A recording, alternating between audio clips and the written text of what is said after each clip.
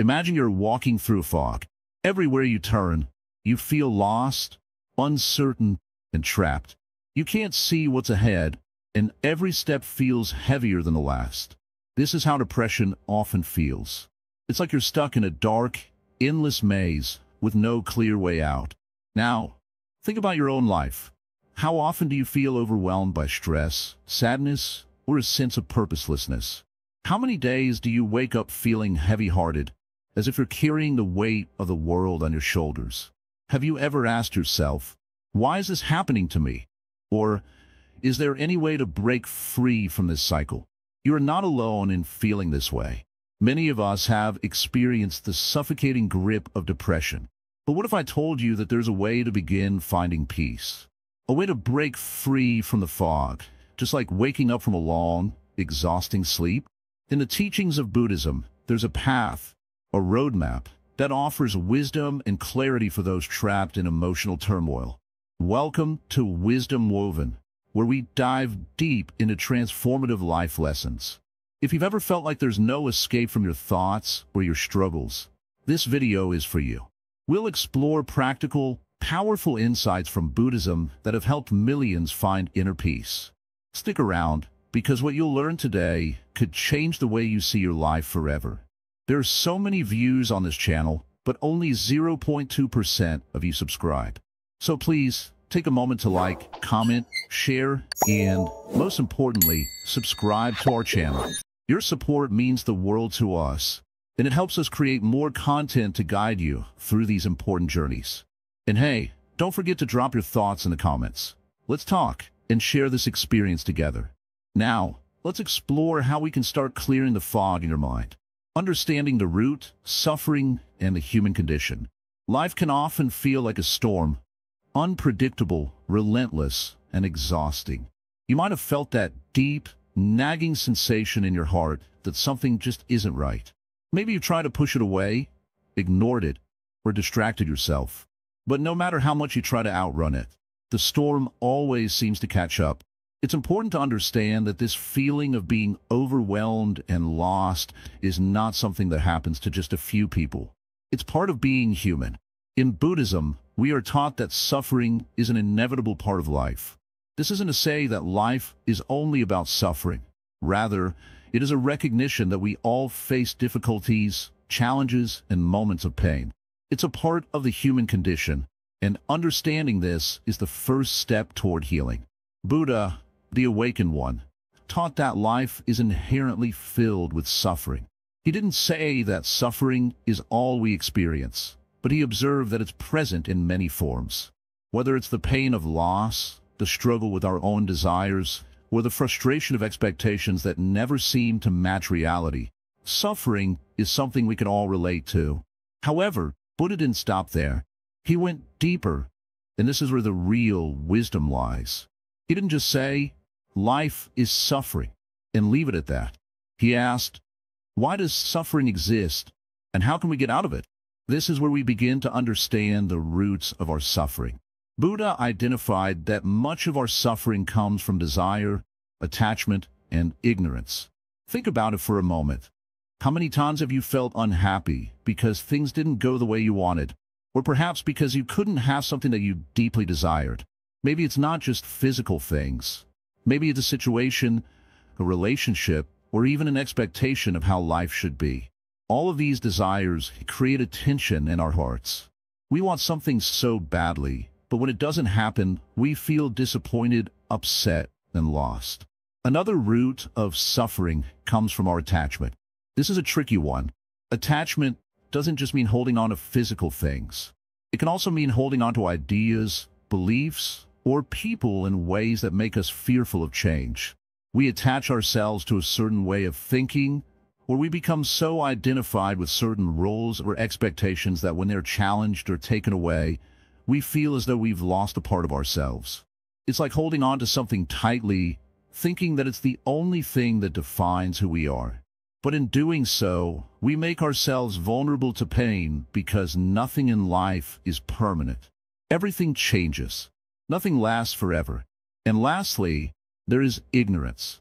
This isn't ignorance in the traditional sense of not knowing facts. It's deeper than that. It's the ignorance of not seeing things as they truly are. We often live with a limited understanding of the world around us. We don't see the impermanence of everything, and because of that, we get caught up in trying to control things that are beyond our control. We forget that our happiness isn't dependent on outside circumstances, but rather on our internal state of mind. When we realize that, we can start to shift our perspective and break free from this cycle of suffering. Understanding these roots is not about blaming yourself or others. It's about realizing that suffering is a natural part of life and that it is something we can work with. In fact, when we acknowledge the sources of our suffering, we are already beginning the process of healing. It's like the first step toward clearing away the fog in our minds. You might feel tempted to push these feelings aside or avoid them, but it's only by facing them directly that we can begin to understand and transform them. Now, take a moment and reflect on your own life. Think about the times you felt pain or frustration. Who are you attached to? What desires were driving your thoughts and actions? Can you identify the moments when your suffering came from wanting things to be different than they actually were?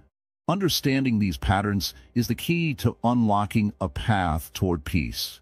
And just like any journey, it starts with a single step: awareness. The beauty of Buddhism is that it doesn't stop with identifying suffering. It offers a way out. By recognizing that suffering exists and understanding its causes, we now have the opportunity to explore the path that leads us beyond it. This path is not about escaping life or pretending that pain doesn't exist. It's about learning to live with wisdom, compassion, and mindfulness. It's about shifting our perspective so that we no longer need to fight against the flow of life, but instead, we begin to flow with it. The first thing you might notice as you start to become more aware of your suffering is how your attachment to certain things begins to loosen. You begin to realize that the tight grip you've held onto things, whether it's people, expectations, or even beliefs, doesn't bring true peace. It only keeps you stuck. When you begin to let go, not out of indifference, but with a sense of clarity, you make space for something new: freedom. This doesn't mean that you stop caring about what's important to you, but it does mean that you begin to approach life with more openness. You understand that you don't have to cling to anything, because nothing is permanent. The things we fear losing are not who we are. We are not defined by what we have or what we achieve. We are not defined by what others think of us. When you begin to see life this way, the storm begins to calm. The fog starts to lift. Buddhism teaches us that we don't have to fix everything right away. We don't have to have all the answers. What matters is taking the first step, recognizing the truth of our own suffering and understanding that it is part of being human. From there, we can begin to explore the tools that will help us heal and grow. These tools are simple but powerful, and they can transform the way we experience life. So, take a deep breath and think about the roots of your own suffering. Are there desires that you've been holding on to tightly? Are there attachments that you fear losing? Are there moments of ignorance in your life where you're not seeing things clearly? By identifying these roots, you've already begun the journey to freedom.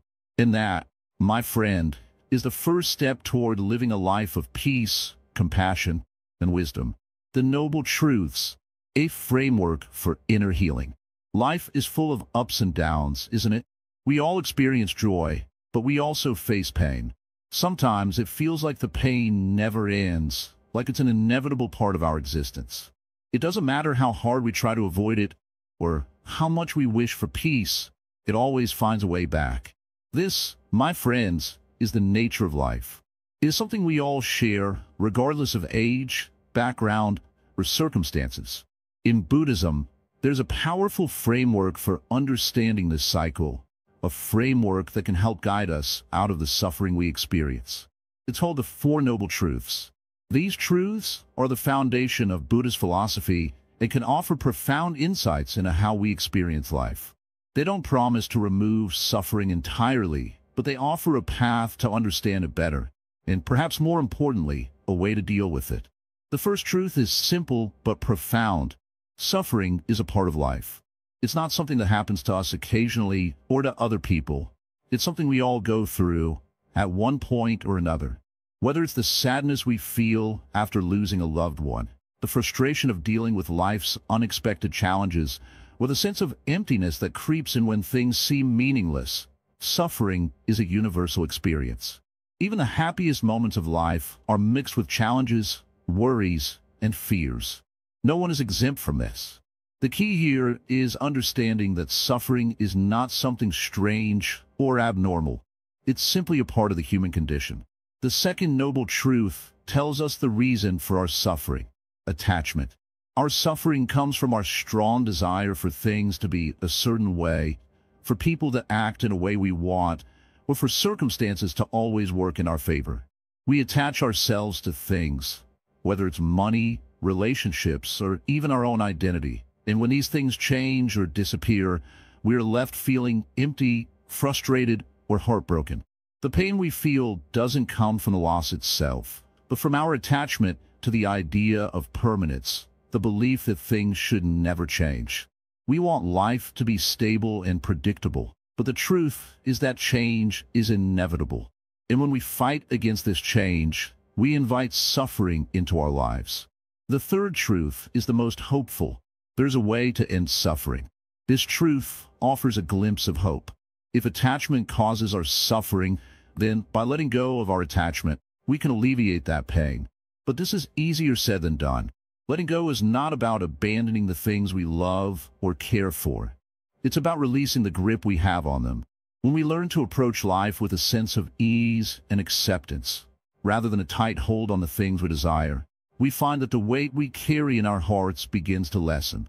It's about trusting that life will unfold as it is meant to, without the need for constant control.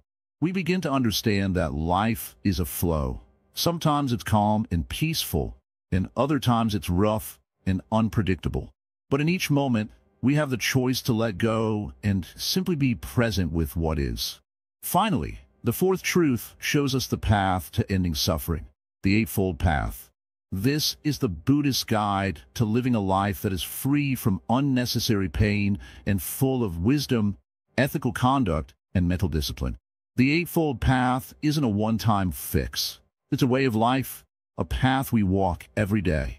It's about developing habits that promote clarity, kindness, and inner peace. The Eightfold Path includes right understanding, right intention, right speech, right action, right livelihood, right effort, right mindfulness, and right concentration. Each of these elements plays a vital role in transforming the way we live and experience the world.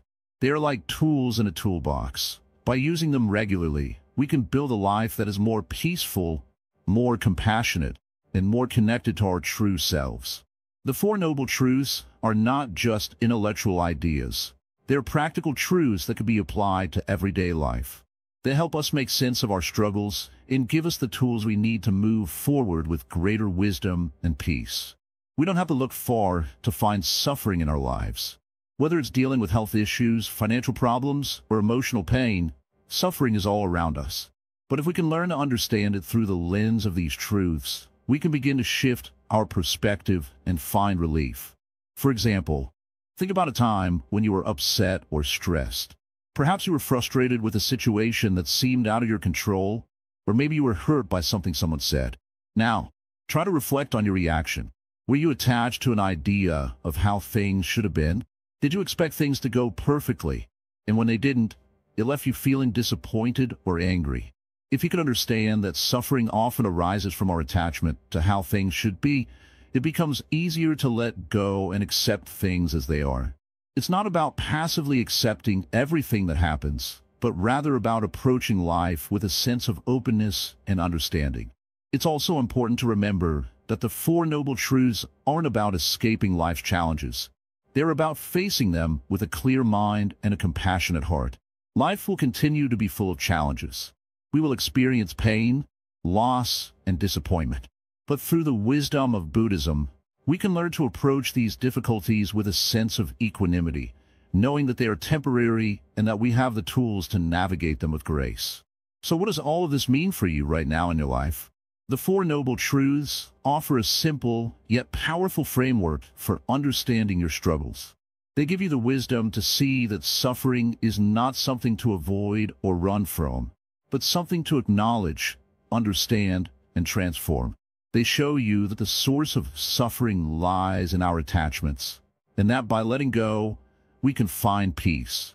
And they remind you that there is a path, a way forward, that will help you navigate life with a clearer, calmer mind. As you continue to walk through your day, remember these truths. When life feels heavy, or when the weight of your thoughts becomes too much to bear, pause and reflect. Ask yourself, is this suffering coming from my attachment to how things should be? Can I let go and simply be with what is? Each time you ask these questions, you take one small step toward healing, one small step toward a life of greater peace and understanding.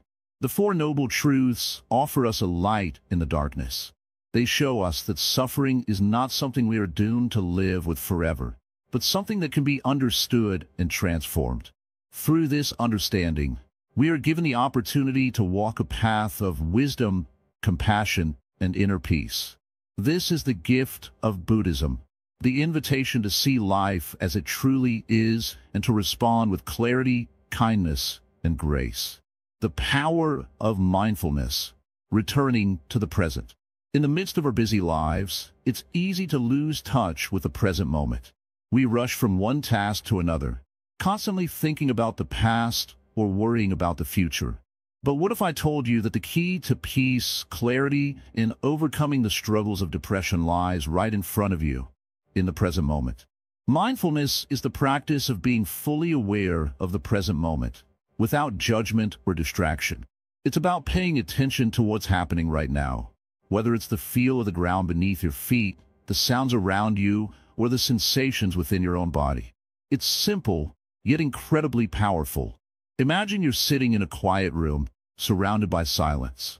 Close your eyes and simply listen, not to your thoughts or worries, but to the sounds in the room. The faint hum of the refrigerator, the rustling of leaves outside, or maybe the distant sound of a bird singing. Can you hear them clearly? Or is your mind too busy planning for the future or replaying the past? This is what mindfulness asks of us, to let go of the noise and return to the moment. In Buddhism, mindfulness is often referred to as sati, meaning to remember, to be aware. It's about remembering to return to the here and now, again and again, without judgment. When we practice mindfulness, we start to realize that the worries and fears we carry often come from our minds projecting into the past or future, but the present moment is always here, always available to us. Let's take a moment to explore what happens when we're truly present. When we are aware of what's happening right now, we begin to feel a sense of calm, like the waves of the ocean settling into a gentle rhythm.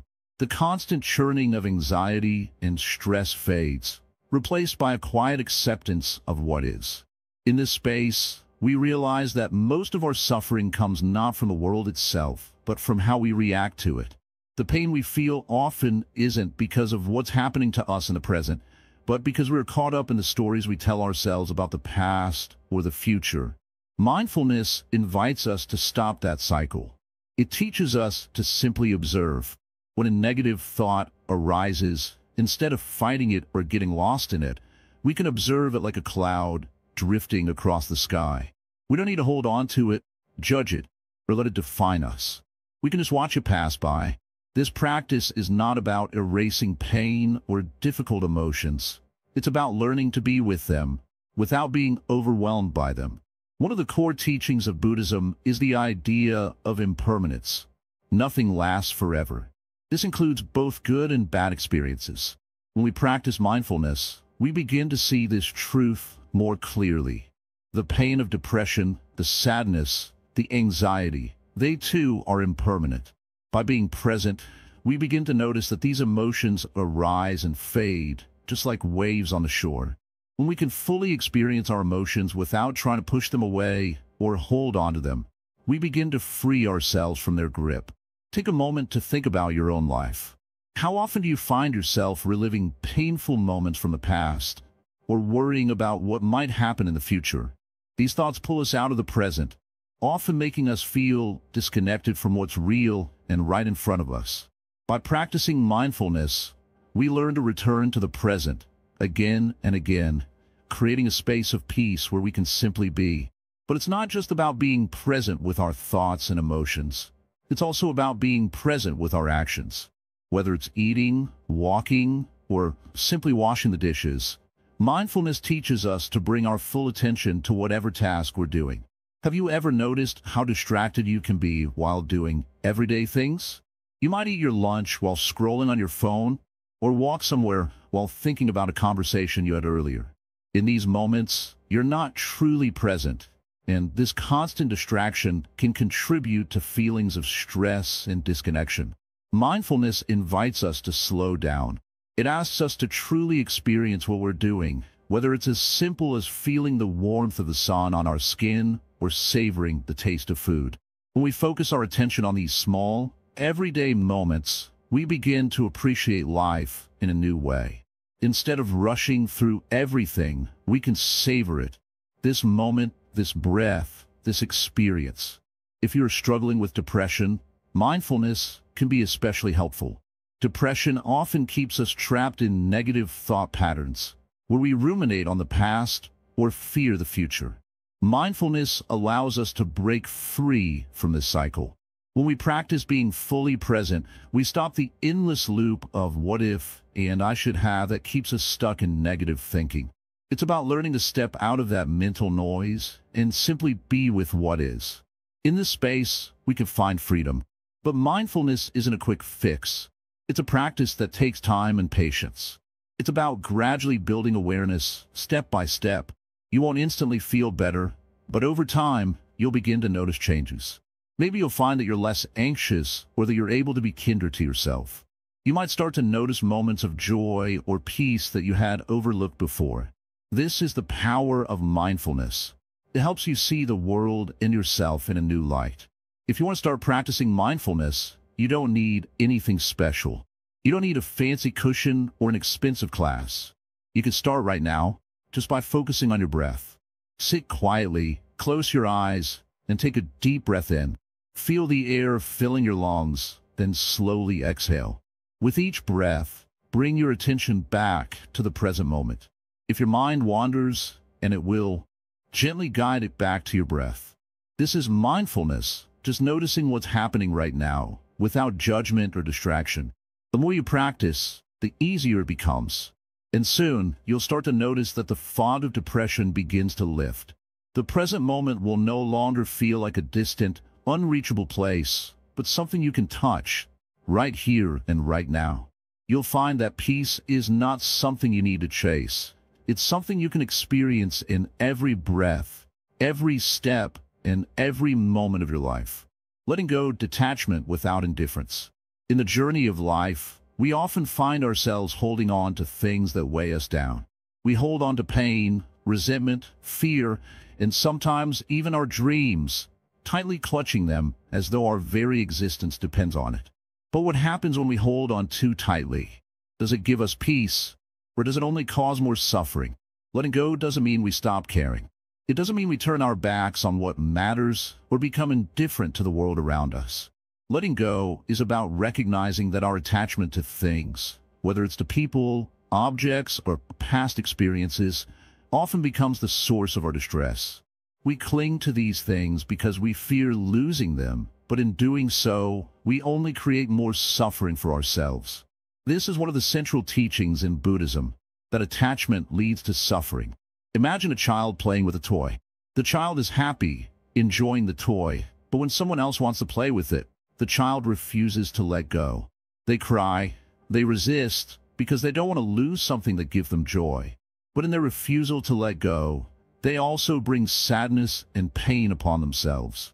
Now, look at your own life. Are there things you're holding on to? Things that you refuse to release, even though they might be causing you more harm than good? We often attach ourselves to memories, to people, to achievements, and to things that give us a sense of identity and security. But in reality, everything in this world is impermanent. People come and go. Things break. Life constantly changes. The Buddhist teaching of impermanence tells us that nothing lasts forever, and this can either bring us peace or anxiety, depending on how we approach it. If we let go of the need to control everything and accept that change is inevitable, we can live more freely. Letting go doesn't mean giving up. It's not about abandoning hope or withdrawing from life. It's about releasing our tight grip on the outcomes and trusting the flow of life. It's about understanding that we can still love deeply, care deeply, and live passionately, but we don't have to hold on so tightly to the point where we lose ourselves in the process. When we let go of the need to control, we make space for new experiences, new opportunities, and new joys that we might otherwise miss if we were too focused on what we were trying to hold on to. The path to letting go starts with awareness. The more we become aware of the things we're clinging to, the more we can begin to loosen our grip. This doesn't happen overnight. It's a practice, a gentle unfolding of the mind and heart.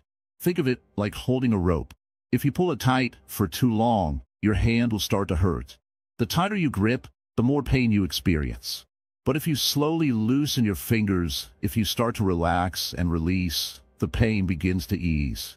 It's the same with our attachments. The more we can loosen our grip on the things that cause us pain, the more we can experience peace. Now, understand that letting go also means letting go of the need for things to be a certain way. We often find ourselves upset because life isn't going as we planned. But life has its own way of unfolding, and when we try to force things, we only create more resistance. If we can accept life as it comes, both the ups and the downs, we can start to live with greater ease. This doesn't mean we don't care or that we stop trying to make a difference. It simply means that we learn to accept what we cannot control and find peace in the present moment. In Buddhism, there is a powerful practice called non-attachment. This doesn't mean we don't form relationships or have goals or dreams. It simply means that we don't attach our happiness or our sense of self-worth to the success or failure of those things. When we are attached to an outcome, we often experience frustration, disappointment, and fear. But when we practice non-attachment, we can engage fully with life without being overwhelmed by the results. We can live with a deep sense of peace, no matter what comes our way. Letting go also requires us to forgive both others and ourselves. Often, we hold on to past hurts, and in doing so, we carry them with us like a heavy burden. We replay old arguments, past mistakes, and missed opportunities over and over in our minds. But the more we hold on to these grudges, the more we hurt ourselves. Forgiveness doesn't mean that what happened was right, or that we condone what was done to us. It simply means that we release the emotional hold that the past has on us, so that we can live more freely in the present. Think of the image of a person carrying a heavy backpack filled with stones. Each stone represents a grievance, a regret, or a painful memory. As long as the person continues to carry the weight, they will never be able to walk freely. But when they choose to put the stones down, even just one by one, the weight becomes lighter. Letting go is like putting down that heavy backpack. It doesn't happen all at once, but with each stone we release, we begin to walk with greater ease. Letting go is a practice of self-compassion. It's a reminder that we deserve to live without the constant weight of the past, the future, or our attachments. When we learn to let go, we create space for new things to enter our lives. We make room for peace, joy, and growth. It's a form of self-love because it allows us to stop punishing ourselves with our own expectations and attachments. It's about finding freedom in the present moment, accepting ourselves as we are, and trusting that the universe has a way of guiding us. One of the most profound ways to practice letting go is through mindfulness meditation. When we sit in stillness and simply observe our thoughts, we begin to see how much we cling to them. We judge them, we react to them, and we identify with them. But through mindfulness, we learn to simply watch our thoughts without attachment. We let them come and go, without trying to control or change them. This is the practice of non-attachment in action. Over time, we learn that our thoughts do not define us, and that we don't have to hold on to them. We can let them go, just as we let go of anything else that no longer serves us. So, as we continue our journey through life, remember that letting go is not about indifference or detachment from life. It's about freeing ourselves from the chains of attachment, the burden of expectations, and the weight of past pain. It's about choosing to live with open hands, ready to receive what life has to offer without fear or resistance. Letting go is the key to unlocking the door to peace. Rebuilding through right effort, motivation, and action. In life, we often find ourselves trapped in cycles, don't we? We might feel lost, stuck, or perhaps like we've failed again and again. The weight of our past mistakes, our missed opportunities, or the frustration of trying and failing can create a heaviness inside us. We want to change, but sometimes the energy and motivation to do so seem out of reach. It's as if we're standing at the edge of a cliff, unsure of whether we can take that first step forward or not. But here's the thing. Even though the path ahead might seem daunting, every step you take, no matter how small, brings you closer to a new reality. Buddhism teaches us about right effort, a concept that doesn't ask for perfection or grand achievements. Instead, it focuses on small, consistent actions. It encourages us to understand that true change doesn't happen in a moment. It's not about suddenly becoming someone different overnight, but about making the effort, no matter how small, in the right direction. It's about putting in the energy each day with patience and determination, even when it feels like nothing is happening. Right effort is the understanding that progress doesn't always look like progress. It's not always a grand leap forward or a sudden breakthrough. Sometimes it's just getting up each day and doing your best, even when your mind tells you it's not enough. It's about showing up day after day, even when you don't feel like it. Because each time you do, you're laying the foundation for something bigger, even if you can't see it yet. That's the power of right effort. It builds over time. If you've ever tried to climb a mountain, you'll understand that it's not the big leaps that get you to the top. It's the steady, consistent steps that lead you there. Sometimes you might take a step backward, and sometimes the path might seem unclear, but as long as you keep moving, you are always closer to your goal than you were before. Now, think about the idea of effort in your own life. When you felt low, what was it that kept you from moving forward? Often, we feel the desire to change, but we believe it's too difficult. Or we convince ourselves that we've tried enough and that it's not worth trying anymore. But in Buddhism, we are reminded that effort is not about forcing change or expecting immediate results. It's about the intention to improve, the willingness to try, and the commitment to keep going, even if the results aren't visible right away. Perhaps, like many of us, you've experienced moments when you felt like giving up, when it seemed like no matter what you did, things wouldn't get better.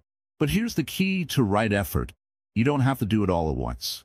The path to healing, to growth, to peace takes time. And sometimes, the greatest efforts aren't seen immediately. They manifest quietly, over time, as the small actions you take begin to add up and create a shift in your life. Imagine this. Every time you choose to get out of bed, even when you don't feel like it, that's right effort. Every time you take a deep breath to calm your mind, that's right effort. Every time you take a moment to pause and observe your thoughts, without judgment, that's right effort. You might think that these are small things, insignificant even, but remember, it's the small things that add up to big changes. There's a concept in Zen practice called beginner's mind. It's the idea of approaching each moment with fresh eyes, as if it's the first time you're seeing it. When we engage in right effort, we do so with an openness to whatever happens, without the pressure of perfection. We don't force outcomes. We simply do what we can, and over time, the results emerge. In everyday life, right effort might look like getting out of bed, going for a walk, reading a page from a book, or sitting quietly for a few minutes to meditate. These small actions may not seem like they're changing the world, but they are, in fact, changing your world. They are helping to build the mental discipline that will guide you through tough times. The Buddha spoke about the importance of the middle way, the balance between indulgence and strict austerity. Right effort falls into this middle path. It is neither the effort of pushing yourself too hard, nor the effort of doing nothing at all. It's about finding the balance where your actions are consistent, aligned with your values, and gentle enough that they don't burn you out. It's about making the effort to be kind to yourself while still striving toward a better version of yourself. When we make right effort, we are also making an effort to cultivate mindfulness. Every action we take, when done mindfully, becomes a step toward healing. This is the magic of the present moment. It is where everything happens. By making small efforts in the present, you are creating a future that is rooted in awareness, clarity, and peace. But it's easy to get discouraged, especially when results are not immediate. It's natural to want quick fixes, but Buddhism teaches us that true change comes slowly. It's like planting seeds in a garden. You may not see the flowers bloom right away, but that doesn't mean they're not growing under the surface. The effort you make today, however small it may seem, is planting a seed that will eventually grow into something beautiful. Sometimes we also fall into the trap of thinking that the effort has to be dramatic for it to be meaningful. We look for big transformations, but the truth is that most of life's healing comes from the quiet, everyday actions we take. They might seem insignificant at the time, but when put together, they form the foundation for a transformed life. Every time you choose to act, you are creating momentum. Every time you choose to move forward, no matter how slowly, you are building resilience. The road might be long, and it may feel like the fog is still there, but by taking the steps, even if they're small, you will eventually find clarity. In Buddhism, we are reminded that we are not here to chase perfection, but to embrace the journey.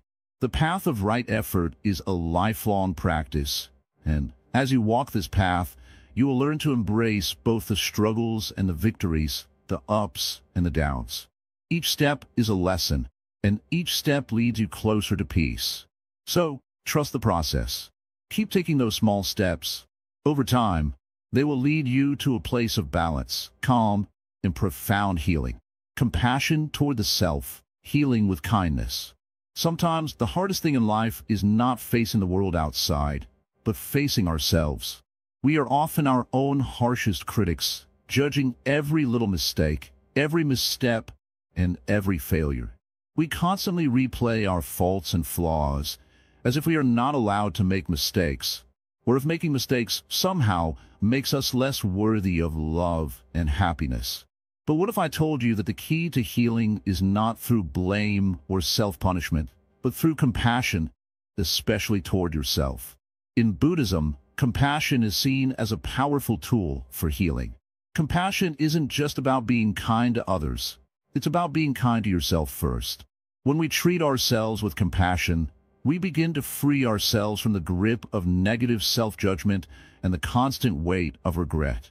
But often, we don't know how to be kind to ourselves. We have been conditioned to believe that love, attention, and care should only be directed outward toward others. And so, we neglect our own needs, pushing ourselves harder and harder, never allowing ourselves the gentleness and understanding that we so freely offer to others. Let me ask you something. When you look in the mirror, what do you see? Do you see someone who is deserving of love and respect? Or do you see someone who is flawed, weak, or unworthy? Most people, when faced with their reflection, are quick to point out their faults. They focus on the wrinkles, the extra pounds, the mistakes they've made in life, and the things they wish they could change. But in doing so, they forget to see the beauty that exists within them, the beauty that comes from simply being alive, from surviving, from growing. What if, instead of seeing yourself as a list of flaws and failures, you could begin to see yourself as someone who is deserving of kindness? Just as you might offer a friend comfort in a time of sorrow, why not offer the same to yourself? Just as you would soothe someone in pain, why not soothe your own heart when it aches? This is the essence of self-compassion, the recognition that you are worthy of love, even when you fall short, even when you struggle, even when you feel broken. Self-compassion in Buddhism is not about ignoring your flaws or pretending everything is perfect. It is about acknowledging your pain and suffering without judgment and allowing yourself the grace to heal. It's about giving yourself permission to be human, to make mistakes, to learn, and to grow. We all face challenges in life, but these challenges do not define us. What defines us is how we respond to them. whether we choose to be harsh and critical, or whether we choose to be kind and gentle with ourselves as we navigate through life. In this practice, we learn that it's okay to not be perfect. In fact, imperfection is a part of being human. We don't need to live up to some idealized version of ourselves, because that version doesn't exist. What we can do is embrace our flaws, our wounds, and our scars, and allow them to shape us into stronger, more compassionate beings. It is through our struggles that we find our resilience. It is through our pain that we discover our capacity for love. Think about it for a moment. Have you ever been kind to someone who was hurting, someone who was going through a difficult time? How did it feel? It probably felt good, right? Compassion, when given to others, has a way of lifting our spirits. It connects us, it heals us, and it reminds us of our shared humanity. The same compassion can be turned inward to heal the wounds we often overlook within ourselves. The Buddha taught that suffering is an inherent part of life, but he also taught that suffering is not something we have to endure alone. Through the practice of compassion, we can begin to alleviate our own suffering and offer that same kindness to others. When you extend compassion to yourself, you are acknowledging that your pain is real and that you deserve to be treated with the same kindness you would offer a loved one. But how do we begin this practice of self-compassion? It starts with mindfulness. Mindfulness is the art of being present, of paying attention to the moment without judgment. When we become mindful of our inner dialogue, we begin to notice how often we speak to ourselves with criticism and harshness. We may not even realize it, but the words we use with ourselves can be incredibly damaging. You're not good enough. You'll never make it. You're a failure. These are the messages we internalize, and they shape how we see ourselves. By practicing mindfulness, we can start to shift our inner dialogue. When we catch ourselves thinking negatively, we can pause and ask, would I say this to a friend? Would I say this to someone I care about? If the answer is no, then why say it to yourself? Self-compassion means treating yourself with the same care and respect you would offer someone else. It's about replacing self-criticism with self-kindness and acknowledging that you are doing the best you can. It's also important to remember that self-compassion is not a one-time event. It's a practice that takes time and patience.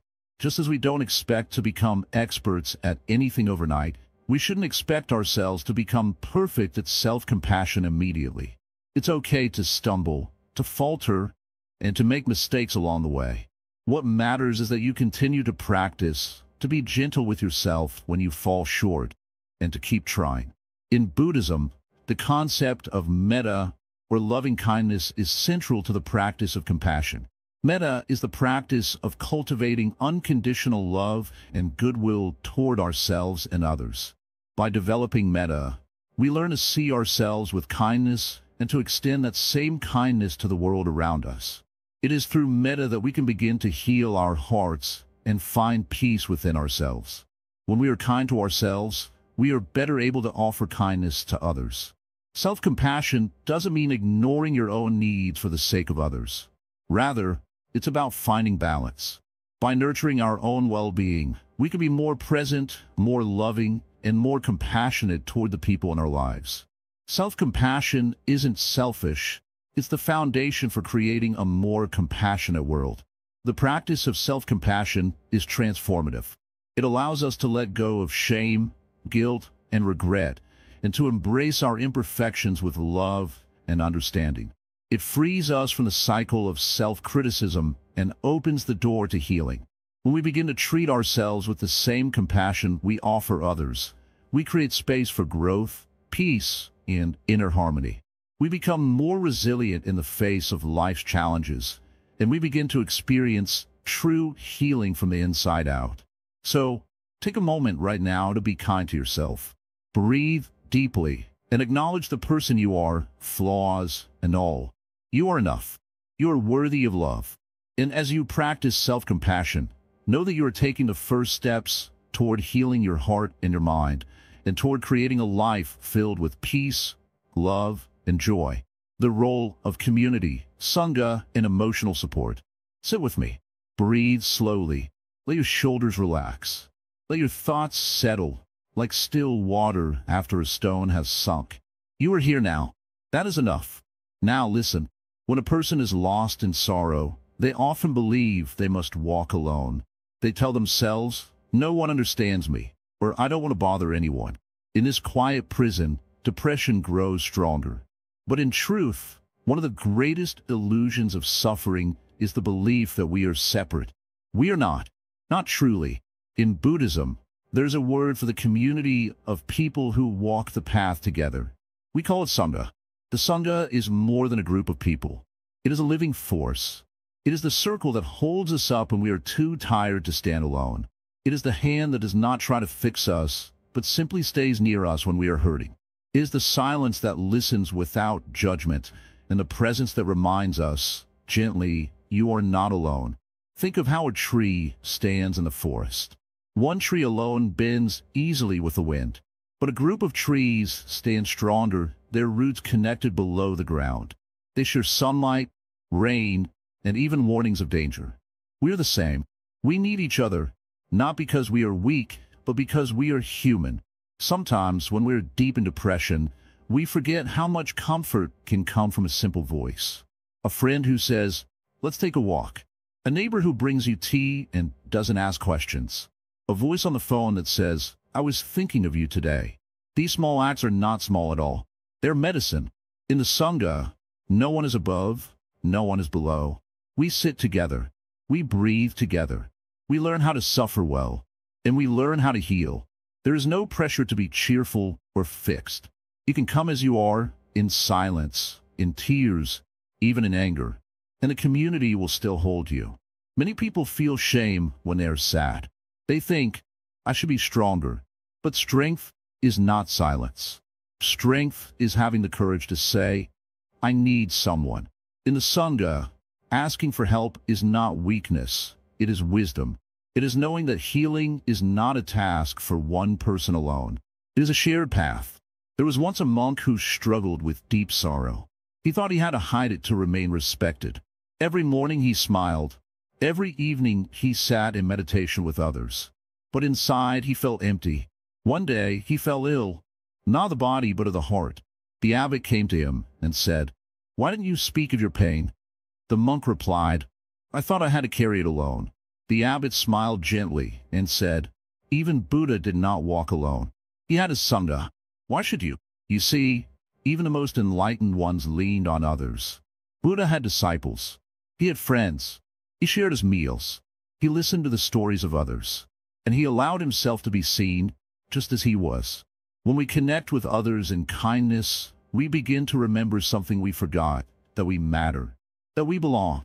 The Sangha reminds us of this truth, even when we cannot feel it ourselves. Sometimes, your community might be a temple or a group that meets under a tree.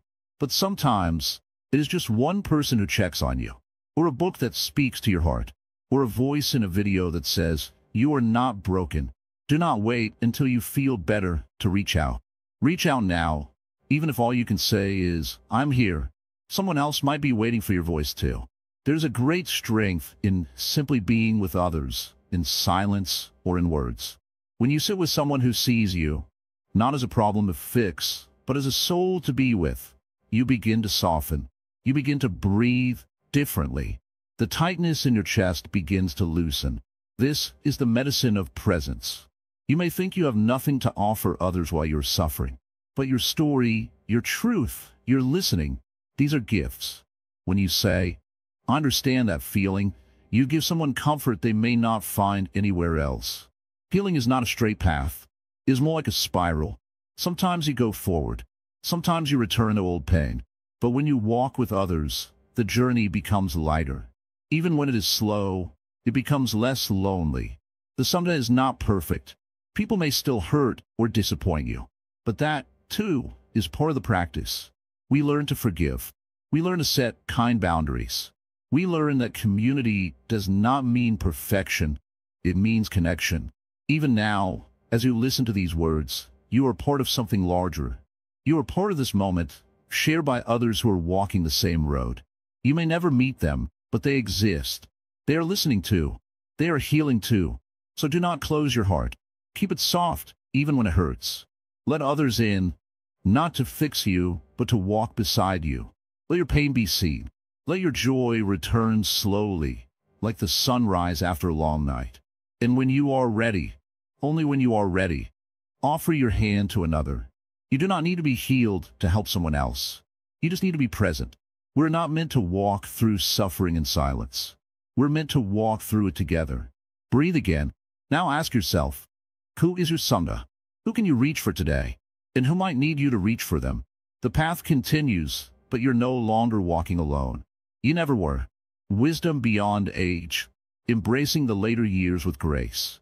As the years pass, many of us begin to feel the weight of time. We might look in the mirror and see the signs of aging, feel the ache in our joints, or notice that our energy is not what it used to be. There's a certain quiet sadness that comes with this, as if life is slipping away. For many, this time of life brings uncertainty, regret, or a sense of loss. But I ask you to pause for a moment. Look deeper. Could there be more wisdom in this stage than you've realized? Could the later years of life be an opportunity for growth, peace, and deeper understanding? What if the wisdom you've been gathering all your life could finally take root and bring you the clarity and happiness you've always sought? In Buddhism, we often speak of the cycle of life and the impermanence of all things. Youth is a fleeting moment, but so is old age. Every phase of life has its own gifts, if only we are open enough to receive them. With age comes experience, and experience is a teacher unlike any other. It's true that physical strength diminishes, but mental strength, emotional resilience, and spiritual depth can grow stronger with each passing year. You might find that as your body ages, your mind can become clearer, your heart more open, and your sense of peace more grounded. There's a beautiful teaching in Buddhism about the inevitability of change. The concept of impermanence, or anicca, tells us that nothing stays the same forever. Your body may be aging, yes, but so is your mind. Your understanding of the world is deepening. The challenges of youth, ambition, striving, and chasing after success begin to fade, and in their place, there's a quiet yearning for peace. A desire to live simply, to let go of unnecessary baggage, and to embrace the present moment. This is the wisdom of age. It's not a loss, it's a shift, a transformation into something more profound. You might also begin to notice how your priorities change. The things that once mattered so much, the material possessions, the busy schedules, the endless striving, don't seem as important anymore. Instead, you may find joy in the small moments, the simple acts of kindness, the quiet walks in nature, the laughter shared with loved ones. There's a deep wisdom in these moments. They teach us that life is not about achieving more or having more, but about experiencing more fully, more deeply, and more mindfully. This is what Buddhism calls living with right understanding, seeing things as they truly are, without the distortion of desires or expectations. In the later years, we often find ourselves thinking more about the end of life, about what we leave behind, and whether our lives had meaning. In these reflections, Buddhism offers a powerful tool: meditation. Through meditation, you can connect with your inner self and quiet the noise of the world. You can begin to understand that life and death are not opposing forces, but part of a continuous flow. This awareness of impermanence helps us to live more fully in the present.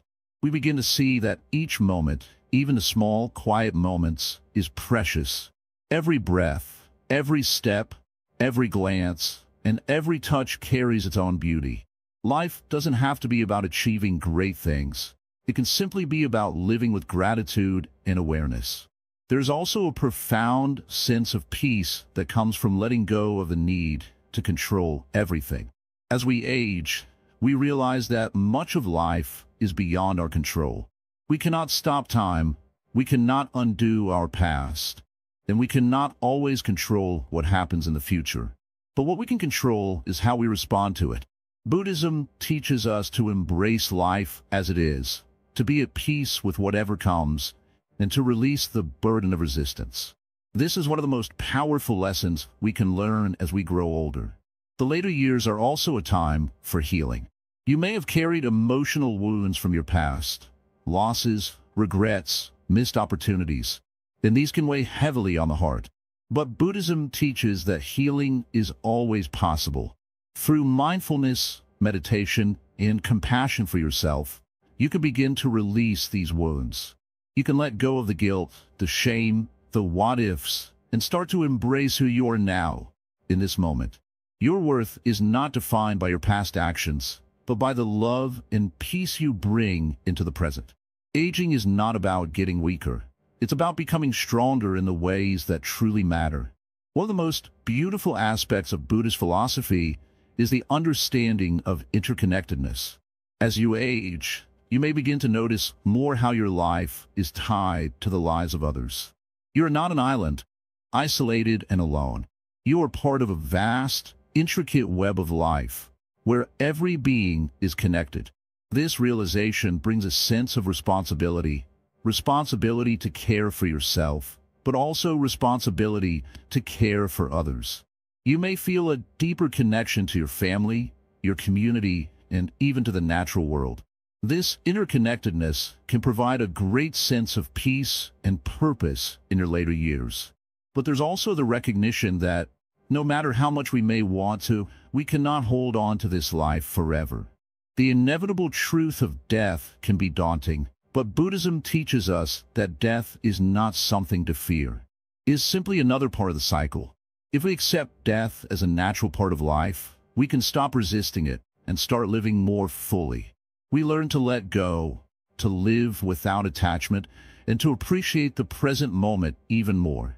With age comes the opportunity to live with greater freedom. When we're younger, we often tie our identities to things, our job, our relationships, our achievements. As we age, we may come to realize that who we are is not defined by these things. We are simply beings in the process of becoming, always in transition, always in motion. This understanding allows us to be more flexible, more accepting, and more at peace with the ever-changing nature of life. The later years are not a time to retreat from life, but a time to embrace it in all its fullness. You don't have to climb mountains or chase after dreams to find meaning. Sometimes the greatest wisdom comes from sitting quietly, reflecting, and appreciating the simple beauty of the world around you.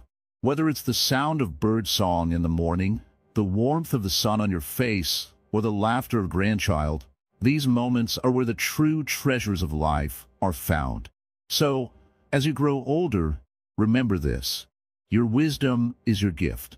It's not something that comes with age alone, but with the practice of awareness, mindfulness, and acceptance.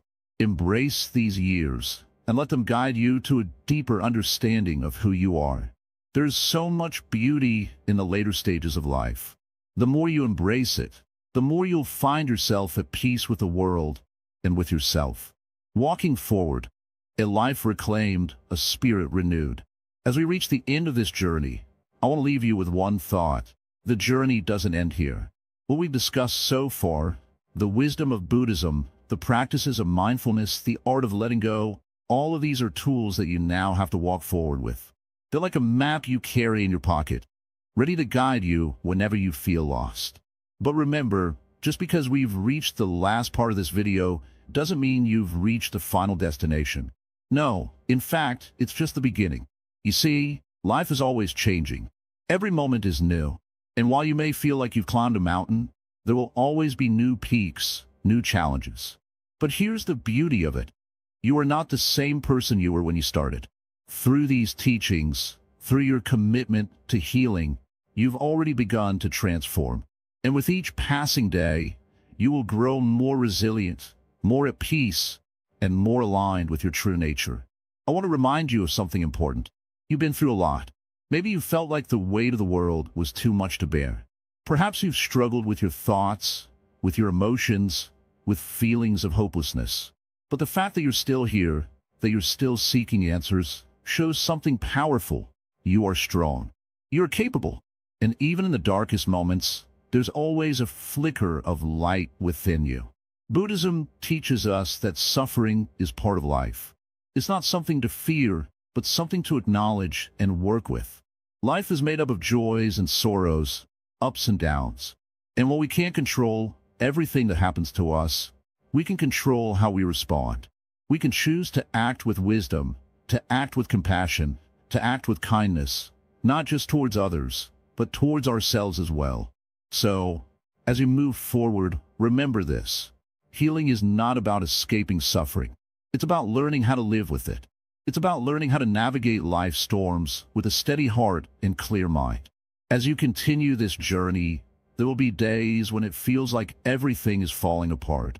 There will be days when your mind races with worry, when your heart feels heavy with sadness. That's okay. It's part of being human. But now, you have the tools to face those days with calm. You have the power to pause, to breathe, to step back and see things clearly. You can use the mindfulness techniques you've learned to ground yourself in the present moment, to remind yourself that this too shall pass. You also have the wisdom of letting go. Letting go doesn't mean giving up. It doesn't mean ignoring your emotions or pretending they don't matter. It simply means releasing the need to hold on to things that cause you harm. It means choosing not to carry the weight of your past, the pain of old wounds, or the fear of the future. Letting go is about finding freedom in the present moment, accepting things as they are, without judgment, without resistance. And in that space of acceptance, you'll find peace. One of the most powerful lessons Buddhism offers is the importance of compassion. And that begins with compassion for yourself. Too often, we are our own harshest critics. We punish ourselves for mistakes. We carry guilt and regret like burdens we can't set down. But the truth is, you deserve kindness. You deserve forgiveness. And you have the right to heal. So, as you move forward, practice self-compassion. When you stumble, don't be hard on yourself. When you fall, lift yourself up with love, not shame. Be patient with yourself and know that healing takes time. And remember, you are never alone. In Buddhism, the Sangha, the community of like-minded individuals, plays a crucial role in our healing process. Even though you may feel isolated at times, know that there are others out there who share your struggles, your hopes, your dreams. And when we come together, when we support each other, we find strength. Reach out to others. Talk to someone you trust. Share your experiences. You'll find that by opening up, you not only heal yourself, but help others heal as well. Meditation, the practice we've touched on throughout this journey, is also a key part of walking forward. Meditation doesn't just calm the mind. It helps you develop a deeper connection with yourself. It helps you listen to your inner voice, your true nature. And with regular practice, meditation will guide you through the ups and downs of life, helping you stay centered no matter what comes your way. Now, as you walk forward, don't expect every day to be perfect. Life will still have its challenges. But with the wisdom you've gained, with the tools you now possess, you'll be able to face those challenges with clarity, peace, and strength. You've already come so far. You've taken the first steps toward healing, and that's no small feat. Every step you take from here is a step toward greater peace, greater wisdom, and greater happiness. As we conclude, I want to leave you with one final thought. No matter where you are in life, no matter your age, it's never too late to begin again. You have the ability to shape your own reality.